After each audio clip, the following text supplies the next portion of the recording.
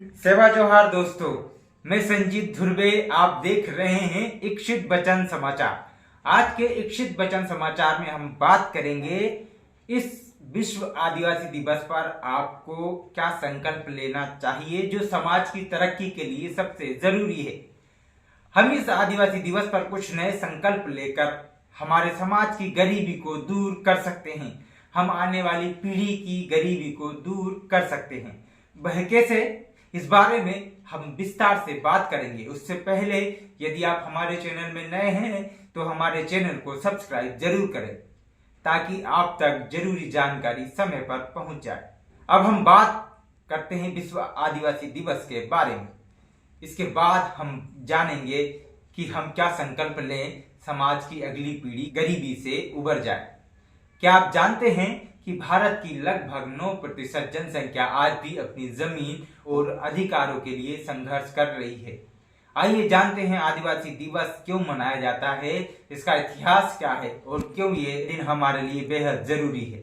हर साल 9 अगस्त को मनाया जाने वाला आदिवासी दिवस भारत के मूल निवासियों की संस्कृति, संघर्ष और अधिकारों को सम्मान देने का दिन है। यह दिन संयुक्त राष्ट्र द्वारा घोषित विश्व आदिवासी दिवस के साथ ही मनाया जाता है। भारत के आदिवासी समुदाय सबसे पुराने निवासी माने जाते हैं। इन्होंने हजारों वर्षों तक जंगलों और पहाड़ों में स्वतंत्र जीवन जिया, लेकिन ब्रिटिश शासन और उद्योगीकरण जो इस समय हो रहा है, उन्होंने इनकी जमीनें छीनी, बंधुआ मजदूरी में इनको धकेल दिया। 1950 में भारतीय संविधान ने इन्हें विशेष अधिकार दिए और 2006 में बना वन अधिकार अधिनियम, जिससे आदिवासी समुदाय को उनकी जमीन पर कानूनी अधिकार मिले। लेकिन क्या ये अधिकार जमीनी हकीकत में बदल पाए हैं, ये आज भी सवाल है। आज भी आदिवासी समुदाय को विस्थापना, अशिक्षा, गरीबी और भेदभाव का सामना करना पड़ता है। आधे से ज्यादा लोग गरीबी रेखा से नीचे जीवन जीते हैं। आदिवासी समुदाय प्राकृतिक संरक्षण और परंपरागत ज्ञान में निपुण हैं। उनकी संस्कृति भारत की विविधता की असली पहचान है। आदिवासी दिवस हमें याद दिलाता है कि हर किसी को सम्मान और अधिकार मिलना चाहिए। इस आदिवासी दिवस पर आप भी योगदान दें, आदिवासी कला को अपनाएं, उनकी कहानियों को पढ़ें और सोशल मीडिया पर जागरूकता फैलाएं, उनकी आवाज बने। आइए इस आदिवासी दिवस पर मिलकर आदिवासी समुदाय की आवाज को बुलंद करें। यह वीडियो आदिवासी समुदाय की आवाज को मुख्य धारा तक पहुंचाने का एक प्रयास है। आदिवासी दिवस हर साल 9 अगस्त को मनाया जाता है। जानिए कैसे आप इस दिवस को अर्थपूर्ण बना सकते हैं। आदिवासी समुदाय को उनके इतिहास के बारे में बताएं, वन अधिकार अधिनियम के बारे में जानकारी देकर उनकी जमीनों से कब्जा कैसे हटवाया जा सकता है, इस बारे में बताएं। आदिवासी कला और संस्कृति के बारे में जानकारी दें और उसे अपनाएं। आदिवासी समुदाय के अधिकार क्या हैं और इस बारे में प्रचार करें। इन प्रमुख बिंदुओं के अलावा सबसे महत्वपूर्ण विषय है शिक्षा का। इन सभी विषयों में से प्रमुख है शिक्षा।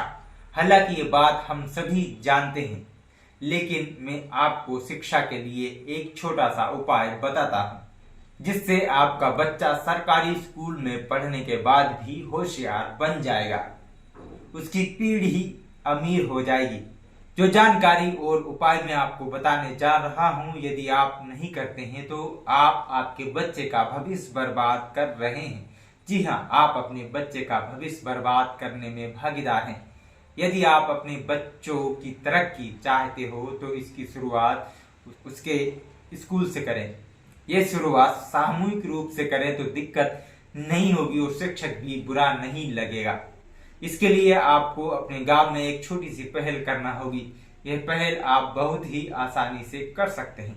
जिस वक्त आप शाम के समय खाली बैठे होते हैं तो उस समय आप सभी युवा एक जगह एकत्रित हों। इसके बाद गांव के स्कूल में सुधार के लिए बैठक करें। इस बैठक में आप ये तय करें कि अपने गांव का स्कूल महीने में कितने दिन खुलता है। इसकी निगरानी करें। इसके लिए सामूहिक रूप से चर्चा करें। स्कूल में शिक्षक समय पर आ रहे हैं या नहीं, इसकी निगरानी करें।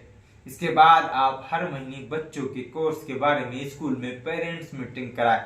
जिस तरह से आप प्राइवेट स्कूलों में हर साल 20 से 30 हजार रुपए तक खर्च करने के बाद उन प्राइवेट स्कूलों में जाकर मीटिंग में अपने बच्चों की पढ़ाई के बारे में जानते हैं, ऐसा आप सरकारी स्कूल में भी कर सकते हैं। क्योंकि सरकारी स्कूलों में जो शिक्षक आपके बच्चों को पढ़ा रहे हैं उनको आपके द्वारा दिया गया टैक्स का पैसा ही वेतन के रूप में मिलता है। ये टैक्स छोटे छोटे जो सामान आप खरीदते हैं उससे जाता है, इसलिए आपका अधिकार है आप आपके बच्चों की पढ़ाई के बारे में जान सकते हैं। और हाँ, दूसरी बात, घर में आने के बाद अपने बच्चों के लिए 1 घंटा जरूर निकालें।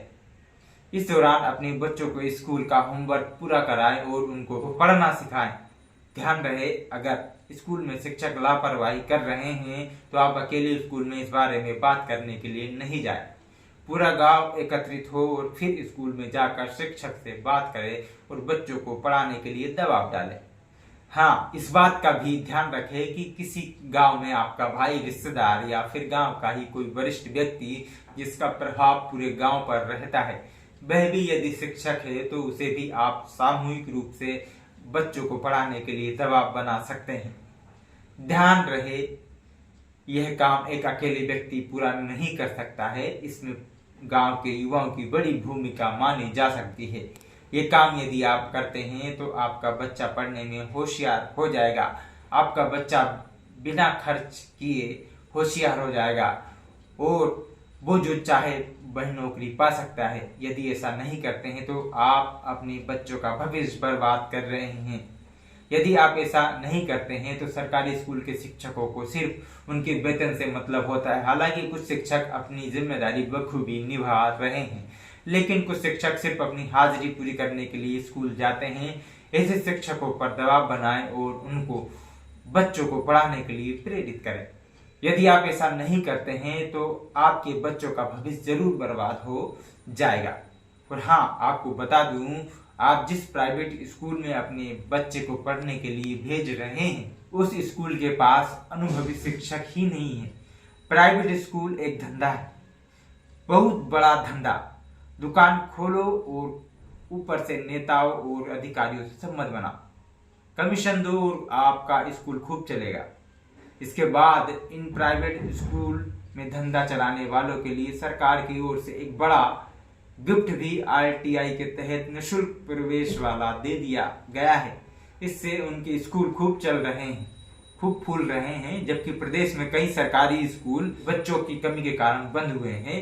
यदि स्कूल बंद हुए तो आपको नौकरी भी नहीं मिलेगी, इसलिए स्कूलों को भी बचाना हमारी जिम्मेदारी है। ध्यान रहे, एक स्कूल खोलने में कई सरकारें चली जाती हैं, जबकि स्कूल को बंद होने में केवल एक आदेश की जरूरत होती है। आपके गांव में स्कूल खुले रहे, यह भी जिम्मेदारी आपकी है। इस आदिवासी दिवस आप एक संकल्प लें कि हमारे गांव का स्कूल सबसे अच्छा स्कूल होगा। आपके गांव के बच्चे जिला नहीं प्रदेश में टॉप करेंगे। इसके लिए सिर्फ और सिर्फ आपको ध्यान देने की जरूरत है। जो मैंने आपको बताया है, संकल्प में कोई समस्या आए तो उस समस्या को पूरा गांव तहसील में शिकायत कर भी समाधान करा सकते हैं। ऐसा करने से आपके बच्चे जो प्राइवेट स्कूल में जा रहे हैं उनको भी सरकारी स्कूल में पढ़ाकर आप सालाना 20 से 30 हजार रुपए बचा सकते हैं। ये बचे हुए पैसे आप बच्चे को जब जरूरत हो तब दे सकते हैं, मतलब जब उसका करियर का आखिरी पड़ाव हो, जब उसको ज्यादा पैसों की जरूरत हो। और पैसों की जरूरत उसे सबसे ज्यादा कॉलेज टाइम पर होती है। उसी समय आपके पास पैसा नहीं होता है, उस समय वह मजबूरी में कॉलेज की पढ़ाई के साथ साथ प्राइवेट काम करने लगता है। ऐसा करके वह स्वयं और आपकी जरूरतें तो पूरी कर सकता है, लेकिन आपकी गरीबी दूर नहीं कर सकता। इसके बाद आप की तरह वह भी गरीब ही रहेगा और ज्यादा कुछ नहीं कर पाएगा। और हाँ, हमारे आदिवासी युवाओं के लिए एक बात और बताना चाहता हूँ। वीडियो जरूर लंबा हो गया है, लेकिन बात काम की है। जब भी आप पढ़ाई करें, नौकरी पाने के उद्देश्य से बिल्कुल ना करें। पढ़ाई इसलिए करें ताकि आप ज्ञान अर्जित कर सकें, नई नई जानकारियां हासिल कर सकें। ऐसा करके आप जो बनना चाहते हो बन जाओगे। इसके लिए जरूरी नहीं है कि आप आपके सब्जेक्ट की किताबें पढ़ें। आप जिस धंधे में आना चाहते हो उससे संबंधित किताबें पढ़ें। कहानियां जो आपको पसंद हो उसको पढ़ें। ऐसा करने से आप अपनी लाइफ में क्या करना है सीख जाएंगे। इतना ही नहीं, जब आपके पास नॉलेज होगा तो आप आपकी समस्या के समाधान के लिए किसी नेता, मंत्री या फिर गांव के किसी रसूखदार व्यक्ति पर निर्भर नहीं रहेंगे। पढ़ाई करें और अपना खुद का व्यवसाय कैसे शुरू कर सकते हैं, इस बारे में सोचें। हम सभी कहीं ना कहीं खेतीबाड़ी के काम से जुड़े हैं। ऐसे में आप खेती की फसलों से संबंधित कोई भी काम या धंधा शुरू कर सकते हैं। आपके गांव में कई लोग ऐसे हैं जिनके खेत में खूब फसल होती है, जबकि आपके खेत में फसल कम होती है। इसी तरह की स्थिति पढ़ाई में भी होती है। एक अमीर का बच्चा खूब पढ़ लिख कर बड़ी नौकरी पा लेता है, जबकि हमारा बच्चा दर दर भटकता रहता है। उसका मुख्य कारण सिर्फ और सिर्फ नॉलेज की कमी होती है। नॉलेज लेना जरूरी है। अमीरों के बच्चे नौकरी के लिए नहीं पढ़ते हैं, बल्कि अपने नॉलेज को बढ़ाने के लिए पढ़ते हैं, और वो ऐसा करके अपने लक्ष्य को हासिल कर लेते हैं, नौकरी या अपना बिजनेस शुरू कर लेते हैं। जबकि हम हमारे लक्ष्य के पीछे कुछ समस्याओं के कारण भटक जाते हैं।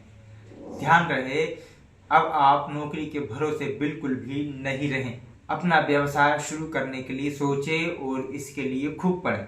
आपको अमीर बनने से कोई नहीं रोक सकता। आप भी अपने सपने पूरे कर सकते हैं इन छोटी सी ट्रिक से, और अपने बच्चों को अच्छी शिक्षा दिलाकर उनका भविष्य भी बिना खर्च के गढ़ सकते हैं। तो दोस्तों, इस आदिवासी दिवस पर आप संकल्प लें और अपने आप को शिक्षा के क्षेत्र में इतना मजबूत कर लें कि आपको किसी आरक्षण की जरूरत ना पड़े। आपका संघर्ष अगली पीढ़ी को अमीर बना देगा। इसका ताजा उदाहरण आपको झारखंड से मिल सकता है। झारखंड राज्य बनने से पहले शिबू सोरेन, जो वर्तमान मुख्यमंत्री हेमंत सोरेन के पिता हैं, उनका संघर्ष और दूसरे राज्य की मांग और कड़ी मेहनत का नतीजा है आज देश में आदिवासी बेटा मुख्यमंत्री है। हेमंत सोरेन वहां के मुख्यमंत्री हैं। इसी तरह आपका संघर्ष आपकी आने वाली पीढ़ी के लिए लाभकारी होगा। मिलता हूं अगली नई वीडियो के साथ, जिसमें हम आदिवासी समाज के उत्थान के लिए क्या कर सकते हैं, इस बारे में विस्तार से बात करेंगे। आप सभी सगाजनों को विश्व आदिवासी दिवस की शुभकामनाएं।